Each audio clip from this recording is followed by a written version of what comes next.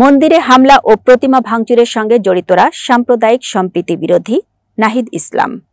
সারা দেশে হিন্দু সম্প্রদায়ের বিভিন্ন মন্দিরে হামলা ও প্রতিমা ভাঙচুরের সঙ্গে জড়িত ব্যক্তিদের চিহ্নিত করে বিচারের আওতায় আনার দাবি জানিয়েছেন জাতীয় নাগরিক পার্টি এনসিপির আহ্বায়ক নাহিদ ইসলাম।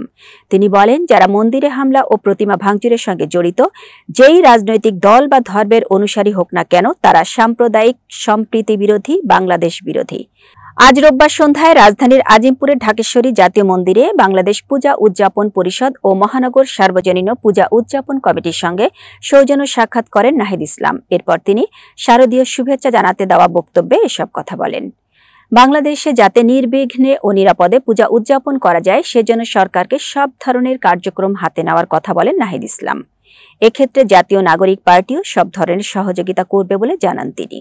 এনসিপির আহ্বায়ক বলেন, বাংলাদেশের সংবিধানে সব সম্প্রদায়ের সব নাগরিকের মানবাধিকার, নাগরিক অধিকার ও সমান মর্যাদা নিশ্চিত করা হয়নি।